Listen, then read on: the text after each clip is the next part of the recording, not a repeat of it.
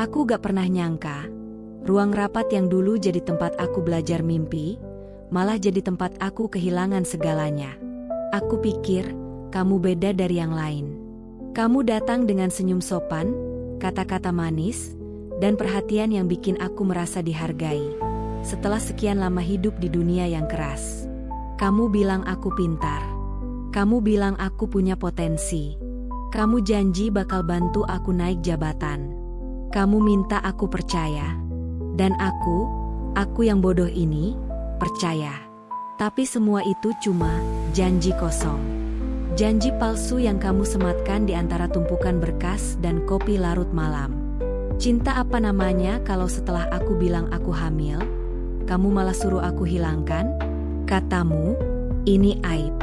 Katamu, ini bisa hancurin reputasi kita. Kita? Sejak kapan kamu menganggap kita ini? Kita? Sejak kapan kamu peduli? Setelah aku nolak gugurin anakku, kamu malah pecat aku. Dengan surat yang bahkan gak punya nyali kamu tanda tangani langsung. Kamu kabur. Sementara aku sendirian. Difitnah. Dijauhi. Dicibir. Katanya, aku yang goda kamu. Katanya, aku cuma cewek murahan yang numpang naik karir. Mereka gak tahu betapa setiap malam aku pulang sambil nangis, ngerasa kotor, ngerasa dipakai, dibuang. Sebelum kita melanjutkan cerita seru ini, jangan lupa untuk tekan tombol subscribe, like, dan tulis di kolom komentar kamu berasal dari daerah mana. Dukungan kecil dari kalian akan menjadi semangat besar bagi kami untuk terus mengunggah video-video menarik lainnya. Namaku Intan. Aku anak pertama dari 3 bersaudara, lahir di kampung kecil di ujung Jawa Tengah. Sejak kecil aku terbiasa hidup hemat, makan seadanya, belajar pakai lilin kalau listrik padam. Ayah sudah lama pergi, ibu jualan gorengan di depan SD buat sekadar nyambung hidup. Jadi, waktu aku dapat kerja di kantor startup besar di Jakarta, rasanya seperti lonceng kemenangan kecil dalam hidupku. Hari pertama aku masuk kantor itu, mataku gak berhenti menatap ke segala penjuru. Ruangan kaca bersih mengkilap, kursi-kursi ergonomis yang hanya kulihat di iklan, suara keyboard cepat berpadu dengan desisan kopi dari mesin otomatis. Bau parfum mahal bercampur dengan aroma kopi robusta yang fresh. Jantungku deg-degan, telapak tangan berkeringat dingin. Tapi aku tersenyum. Senyum gugup yang kaku tapi penuh harapan. Selamat datang, Intan. Kamu akan mulai di divisi keuangan ya, kata seorang ibu HR dengan suara lembut. Aku hanya mengangguk pelan, terlalu gugup untuk bicara banyak. Waktu itu aku gak tahu banyak tentang struktur kantor. Tapi satu nama sering disebut-sebut, Pak Arga. CEO muda, pintar, dan katanya karismatik. Aku belum pernah ketemu langsung waktu itu, tapi semua orang bicara tentang dia. Beberapa staf wanita bahkan berbisik sambil cekikikan tiap namanya disebut. Dia tuh ya, charming banget. Tapi ya, gitu deh suka bikin deg-degan, kata salah satu karyawan senior padaku sambil mengedipkan mata. Aku hanya tertawa kecil. Aku datang ke sini untuk kerja, bukan untuk jadi salah satu dari mereka yang jatuh hati sama atasan. At least, itu yang kupikirkan waktu itu. Hari-hariku diisi dengan kerja keras. Aku datang lebih pagi dari semua orang, pulang paling akhir. Kubersihkan meja, kuperiksa ulang laporan, dan kucatat setiap sen uang yang keluar dan masuk perusahaan itu. Aku hanya ingin diperhitungkan, dianggap mampu. Karena aku tahu, anak kampung kayak aku gak punya privilegi apapun selain kerja keras. Sampai akhirnya, setelah 2 bulan, aku dipanggil ke lantai paling atas, ruang kerja direktur utama. Langkahku berat, napasku dangkal. Di luar, hujan mulai turun, jendela kaca dipenuhi titik-titik air. Suara AC mendengung pelan saat aku mengetuk pintu ruangan besar itu. Masuk, jawab suara di dalam. Dalam, tegas.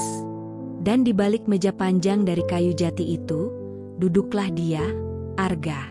Mengenakan kemeja putih yang digulung setengah lengan, rambut disisir rapi, mata tajam menatap ke layar laptop.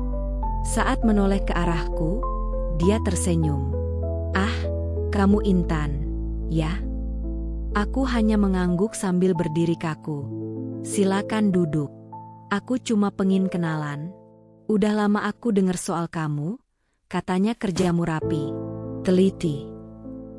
Nada suaranya hangat, matanya tajam, tapi senyumnya seperti pelukan tipis. Dan saat dia berkata, "Kamu mengingatkanku pada aku dulu, waktu baru mulai kerja." Entah kenapa, dadaku terasa aneh. Seperti ada sesuatu yang sedang tumbuh, diam-diam, tanpa bisa kuhentikan. Dan aku gak tahu bahwa senyum pertama itu adalah pintu menuju ruang yang seharusnya tak pernah kubuka. Awalnya, semuanya terasa wajar, profesional. Setiap kali aku mengirim laporan mingguan, Arga akan mengoreksi dengan detail, tapi selalu ada pujian di akhir emailnya. "Good job, Intan. Kamu cepat belajar. Kalau semua staf secepat kamu, aku gak perlu lembur tiap malam. Terus terang, aku senang kerja bareng kamu." Aku baca kata-kata itu berulang kali, bolak-balik. Bukan karena sombong, tapi karena untuk pertama kalinya dalam hidupku, aku merasa dilihat, dihargai, dikenali bukan karena aku cantik atau manis, tapi karena aku mampu. Tapi perlahan, cara dia melihatku mulai berubah. Tatapannya di ruang rapat tak lagi sekadar menilai laporan. Kadang menelusuri wajahku lebih lama dari yang perlu. Saat aku bicara, dia menyimak dalam-dalam, seolah-olah setiap kalimatku adalah rahasia yang layak ditunggu. Suatu malam, kami lembur hanya berdua. Kantor sudah sepi. Di luar, Jakarta basah oleh hujan. Bau karpet lembab bercampur wangi kopi sisa dari pantry. Lampu kantor setengah mati, hanya cahaya meja kami yang masih menyala. Dia menyodorkan secangkir kopi. "Kamu gak capek?" katanya pelan. Aku menggeleng. "Sudah biasa begini, Pak." Dia tersenyum. "Panggil aku Arga aja. Kita udah cukup sering kerja bareng, kan?" Aku ragu-ragu, tapi akhirnya mengangguk. "Baik, Arga." Ada keheningan aneh setelah itu. Sunyi yang bukan canggung, tapi menegangkan. Tangannya memainkan tutup ballpoint. Lalu ia mendongak dan menatapku. Matanya hangat tapi sulit ditebak. "Kamu tahu gak?" katanya sambil menyandarkan tubuh ke kursi, "aku suka orang kayak kamu. Bekerja bukan karena ingin dilihat, tapi karena tahu apa yang dia perjuangkan." Aku diam. Senang, tapi juga bingung. Kata-katanya terlalu pribadi untuk percakapan kantor. Tapi aku tidak merasa terancam. Justru, aku merasa tenang. "Intan." Suaranya turun, seperti bisikan. "Kamu pernah ngerasa lelah jadi kuat terus?" Aku menatapnya. Kali ini mataku gak bisa lari. "Pernah," jawabku lirih. Dia tersenyum miris. Aku juga. Dan malam itu, di antara suara hujan dan nyala layar laptop, aku mulai percaya bahwa di balik posisinya yang tinggi, Arga adalah manusia juga. Rapuh, lelah, dan kesepian. Sama seperti aku. Tapi aku gak sadar, kepercayaan itu akan jadi awal dari kehilangan yang jauh lebih besar. Aku gak pernah tahu kapan tepatnya garis itu kami lewati. Mungkin waktu dia pertama kali menyentuh tanganku. Sekilas saja, saat kami berdiri berdua di depan papan tulis yang penuh coretan rencana anggaran. Mungkin waktu dia memuji caraku tertawa, dan bilang, "Kamu tahu gak, suara kamu bikin ruang ini gak terasa sesepi biasanya." Awalnya aku bingung, tapi aku gak menolak. Aku senang. Rasanya aneh, tapi hangat. Kami mulai sering lembur bareng. Makan malam bareng. Kadang dia yang pesan makanan, kadang aku yang bawa bekal lebih. "Kalau kamu terus kayak gini, nanti aku gak bisa kerja sama orang lain," katanya suatu malam sambil menyuap nasi goreng dari kotak bekalku. Aku ketawa kecil. Jangan manja, bos. Bukan manja, dia menjawab, menatapku agak lama. Aku nyaman. Dan malam-malam seperti itu terus berulang. Kadang dia menyender di kursinya sambil cerita masa kecilnya. Tentang keluarganya yang keras. Tentang ibunya yang dingin. Tentang beban jadi pemimpin di usia muda. Aku capek, Tan, katanya suatu malam sambil menatap langit-langit kantor yang kosong. Semua orang lihat aku sebagai pemimpin hebat, tapi gak ada yang tahu aku cuma pengin dipeluk kadang-kadang. Aku gak jawab. Aku cuma duduk di sebelahnya. Diam. Tapi aku tahu, dari tatapan matanya malam itu, dia ngelihat aku bukan cuma staf. Beberapa minggu kemudian, kami mulai jalan di luar kantor. Diam-diam. Ke tempat makan kecil yang jauh dari pusat kota. Nonton film larut malam. Ngobrol sampai subuh di mobilnya yang berembun karena AC dingin dan hati yang terlalu panas. Tapi gak pernah ada kata pacaran. Gak ada status. Gak ada pengakuan. Cuma hubungan tanpa nama, tapi penuh rasa. Dan aku yang lugu ini, membiarkan diriku larut. Karena aku pikir, kalau aku sabar dan setia, dia akan memilihku. Dia akan mengakui aku. Sampai malam itu terjadi. Malam yang aku ingat betul, di sebuah hotel kecil di luar kota, katanya untuk rapat tertutup soal proyek baru. Aku percaya kamu, cuma kamu yang bisa handle laporan ini, katanya. Dan aku ikut, tanpa banyak tanya, tanpa banyak mikir. Karena hatiku sudah terlalu dalam. Tapi setelah malam itu, semuanya mulai berubah. Dan aku baru sadar, mungkin dari awal aku bukan orang yang dia cintai. Aku cuma orang yang dia pakai. Hari itu, hari di mana hidupku berubah. Aku ingat aku duduk lama di kamar mandi kecil kosanku, lutut gemetar, tangan dingin, dan tespek bergaris 2 itu tergeletak di lantai keramik dingin. Aku bengong. Nafasku pendek-pendek, lidahku kaku, tapi mataku terus menatap 2 garis merah itu seolah itu jawaban dari pertanyaan hidup yang belum pernah aku ajukan. Aku hamil. Dan anehnya, saat itu yang pertama kali kupikirkan bukan apa yang harus aku lakukan, tapi apa yang akan dia katakan. Secepat mungkin aku ambil ponsel, kutulis pesan ke Arga. Kita harus bicara. Ini penting. Dia balas cepat. Nanti malam di kantor. Kita lemburkan. Kamu bisa cerita di sana. Malam itu kantor terasa lebih sunyi dari biasanya. Ruang kerja dia remang-remang. Hanya lampu meja yang menyala. Dia duduk dengan jaket blazer dilepas. Kemeja tergulung di siku. Dan wajah sedikit lelah seperti biasa. Aku masuk pelan, membawa kegugupan dan harapan yang menggantung. Arga, kataku pelan. Dia menoleh, senyum tipis. Ada apa? Mukamu tegang banget. Aku duduk di depan meja. Tanganku gemetar. Aku hamil. Dia terdiam. Diam panjang. Suara AC terdengar sangat jelas saat itu.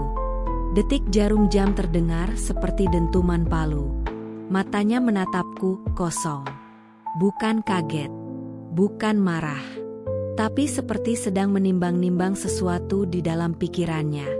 Lalu dia tertawa kecil. Singkat, serius kamu? Aku mengangguk pelan. Dia menghela napas, menyandarkan tubuh ke kursi, menatap langit-langit. Ya ampun, Intan, katanya, nada suaranya berat. Ini gak seharusnya terjadi. Aku menahan air mata. Aku tahu.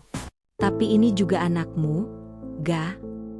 Dia menatapku cepat, tegas. Intan, kita gak bisa begini. Aku gak siap. Dan kamu juga pasti gak siap. Lebih baik ya, kamu ngerti maksudku kan? Aku terdiam. Kamu nyuruh aku gugurin? Dia berdiri dari kursinya.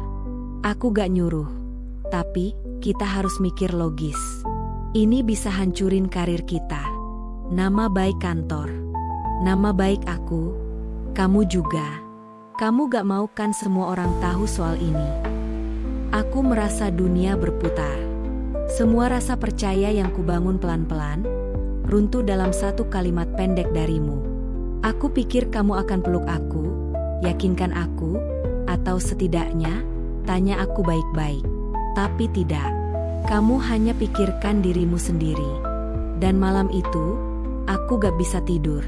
Aku menatap langit-langit kamarku sampai pagi, dengan satu kalimatmu yang terus menggema di kepala. Lebih baik kamu gugurkan. Besok paginya, aku masuk kantor seperti biasa. Langkahku pelan, tubuhku lemas. Aku belum makan sejak kemarin. Mataku bengkak, aku tutupi dengan concealer tipis. Aku berharap bisa bicara lagi dengan Arga. Mungkin dia menyesal. Mungkin dia cuma panik semalam. Mungkin dia akan berubah pikiran. Tapi yang kutemui justru tatapan aneh dari HR. Pagi itu, sebelum sempat duduk di mejaku, aku dipanggil. "Intan, ke ruangan saya sebentar ya," kata Bu Sinta, manajer HR yang biasanya ramah, tapi kali ini dingin. Aku mengikuti dari belakang, hatiku mulai gelisah. Ruangannya kecil, berpendingin ruangan yang terlalu dingin, dan aroma lavender dari diffuser menusuk hidung. Di meja, sudah ada surat, terlipat rapi, bersampul putih. Aku duduk. Bu Sinta tidak langsung bicara. Dia membuka map itu pelan, lalu menyerahkan surat itu kepadaku. "Ada keputusan dari manajemen, kontrakmu tidak diperpanjang." Dan aku tercekat. "Bu, tapi kenapa? Saya gak pernah telat, gak pernah melanggar. Semua laporan saya selalu selesai." Ia menunduk. Suaranya pelan. "Ini keputusan langsung dari atas. Ada evaluasi menyeluruh. Maaf, saya hanya menjalankan prosedur." Aku tahu siapa dari atas itu. Aku tahu siapa yang ada di balik ini semua. Kupeluk surat itu dengan tangan gemetar. "Jadi, ini karena saya hamil?" Tatapannya langsung naik, tegang. Saya tidak bisa menjawab itu. Aku berdiri. Nafasku berat. "Kalian mau buang aku, ya? Biar bersih?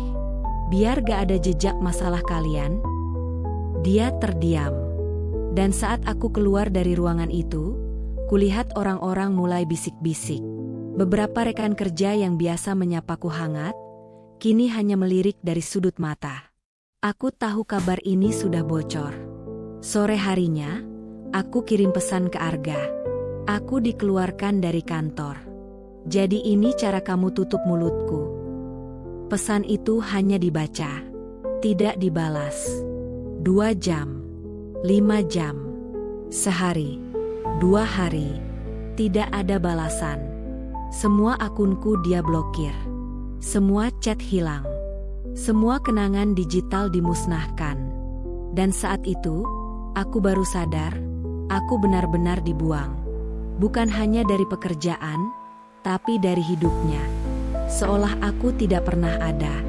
Tapi yang lebih menyakitkan, aku gak bisa hilang dari hidupku sendiri. Aku harus menanggung semuanya sendiri. Sendiri. Setelah pemecatan itu, aku masih mencoba bersikap tenang. Kupikir, mungkin nanti Arga akan merasa bersalah. Mungkin dia akan hubungi aku diam-diam. Tapi seminggu berlalu, lalu 2 minggu, dan semua yang kudapat hanya sunyi. Sunyi yang menusuk. Dan lebih dari itu, fitnah. Orang-orang mulai bicara. Katanya aku sengaja memanfaatkan kedekatan dengan bos. Katanya aku menjual diri demi promosi. Yah, pasti ada maunya dia dekat-dekat sama Pak Arga, ujar seorang rekan wanita saat aku masuk ruang fotokopi. Suara itu sengaja tidak dikecilkan. Tatapannya sinis, senyumnya miring. Aku cuma diam. Tak kuat menjawab. Mulutku kaku. Tapi jantungku seperti ditusuk-tusuk. Di grup WhatsApp kantor, Aku tahu mereka diam-diam bicara soal aku. Seseorang kirim emoji hamil di satu percakapan sambil menyebut namaku samar-samar. Aku tahu itu buatku. Tapi aku tetap diam. Aku masih belum tahu harus bagaimana. Aku masih shock. Masih bingung. Dan, yang lebih pahit, aku masih berharap. Ya, aku masih berharap Arga akan muncul. Menjelaskan semuanya. Tapi setiap menit menunggu, rasanya seperti diikat di tengah jalan. Ditonton banyak mata, dan dibiarkan terlindas perlahan oleh kata-kata yang tak pernah bisa kutepis. Setiap malam aku menangis. Tapi tidak bersuara. Karena tangisku hanya ditampung oleh dinding kamar kontrakan sempit. Sambil kusap perutku yang mulai terasa berat, aku bisikkan lirih. "Nak, jangan marah ya. Ibu lagi belajar jadi kuat." Dan malam-malam seperti itu terus berulang. Sampai akhirnya, aku berhenti menangis. Bukan karena aku kuat, tapi karena aku mulai tak merasakan apa-apa lagi. Ada satu malam yang tak pernah bisa kulupa. Jam 2 pagi. Jakarta sunyi. Udara lembab bekas hujan sore. Aku berjalan sendirian ke arah jembatan layang dekat kos. Langkahku pelan, sandal jepitku basah, suara kendaraan hampir tak terdengar. Kepalaku kosong, mataku sembab. Aku bahkan lupa kapan terakhir makan. Yang aku tahu, tubuhku ringan, tapi perutku berat. Berat oleh nyawa kecil yang tidak tahu apa-apa.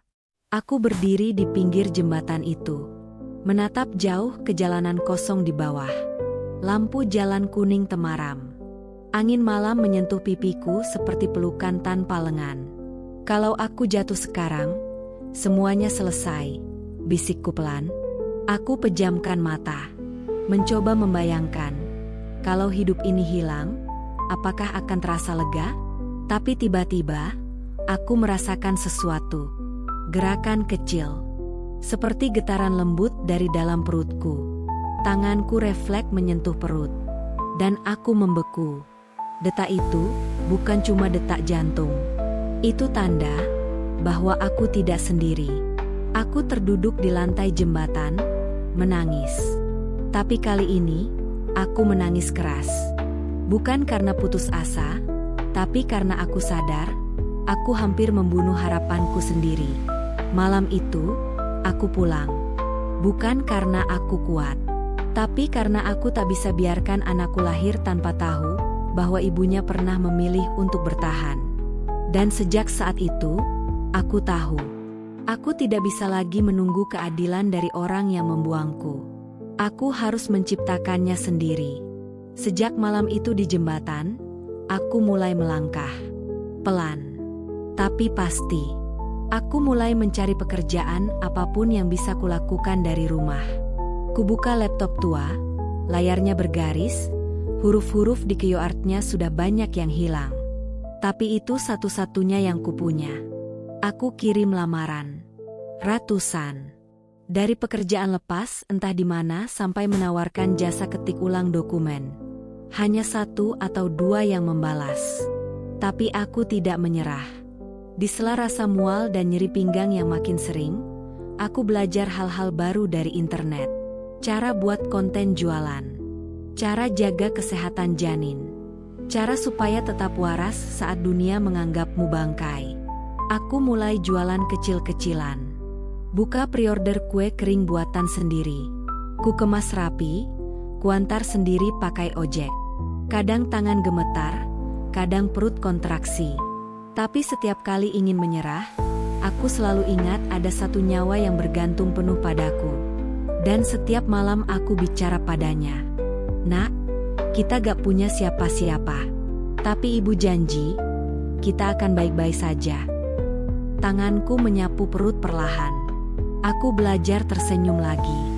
Meski tipis. Meski dipaksa. Tetanggaku mulai memperhatikan. Ada yang mulai peduli. Bu Ijah, pemilik warung, sering memberiku lauk tambahan. "Buat si kecil di perut tuh," katanya sambil tersenyum. Anak-anak kos di sebelah sering menawari bantuin belanja. Ternyata, Di tengah dunia yang bengis, masih ada manusia yang hangat. Dan saat kubuka media sosial, kutemukan satu hal yang membuat napasku berhenti sesaat. Foto Arga bersama seorang wanita di pelaminan dengan senyum bahagia. Tanganku gemetar saat menggulir layar ponsel. Dadaku seperti dihantam benda tumpul. Arga menikah. Bukan denganku, tapi dengan seseorang yang bahkan tak pernah kusangka. Dan semua terjadi saat aku masih sibuk berharap dia akan kembali padaku. Aku tidak menangis saat itu. Aneh. Rasanya seperti tubuhku lupa caranya menangis.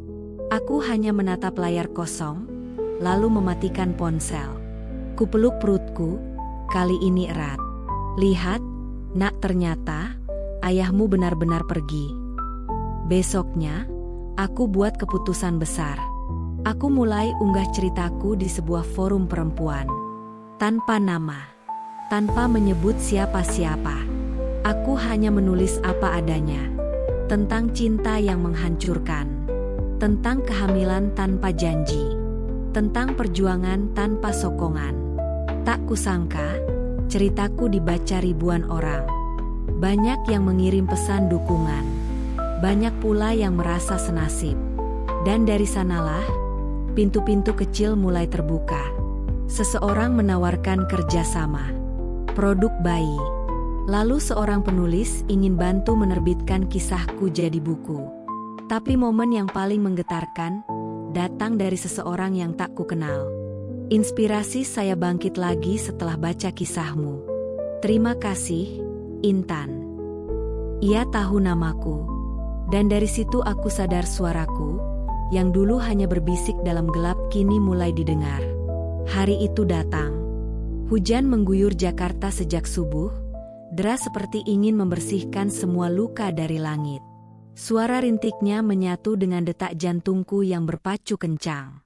Aku sudah berbaring di ranjang rumah sakit, napasku tak lagi teratur. Perutku berdenyut hebat, tubuhku seperti dibelah perlahan, dan tanganku terus menggenggam sprei yang basah oleh keringat. Ibu, ayo, sedikit lagi, ya? Seru bidan sambil memegangi lenganku. Aku mengangguk. Atau mungkin hanya berusaha. Suaraku tak keluar, tapi dalam batinku aku berteriak. Memanggil nama yang belum sempat kusuarakan selama 9 bulan ini. Nak, ayo keluar. Ibu tunggu kamu dengan seluruh hidup ibu. Dan kemudian, tangis itu pecah. Suara kecil, nyaring, tapi mampu menghancurkan semua sisa-sisa duka dalam hatiku. Tangisan bayi laki-laki, anakku. Air mata mengalir deras di pipiku, tak tertahan lagi. Aku bukan menangis karena sakit, tapi karena aku sadar, aku berhasil. Aku bertahan. Aku sampai sejauh ini tanpa harus menggantungkan harap pada orang yang pergi. Aku menatap wajah kecilnya, pipinya kemerahan, matanya masih tertutup, tangannya mengepal seperti tahu dunia ini tidak mudah. Selamat datang di dunia, Arjuna, bisikku pelan. Ya, aku menamainya Arjuna. Karena ia lahir dari luka, tapi juga keberanian. Karena ia harus tahu bahwa dari rahim seorang ibu yang ditinggalkan, ia tetap bisa jadi sosok yang kuat dan mulia. Hari itu, di tengah ruangan rumah sakit yang hangat, aku bukan lagi Intan yang sama. Aku bukan lagi perempuan yang ditinggal dalam diam. Aku adalah ibu. Aku adalah pejuang. Dan di pelukanku, lahirlah cinta yang tak akan pernah pergi. Tapi saat kutatap jendela, kulihat bayangan seseorang berdiri di kejauhan. Diam. Tak bersuara. Apakah itu dia?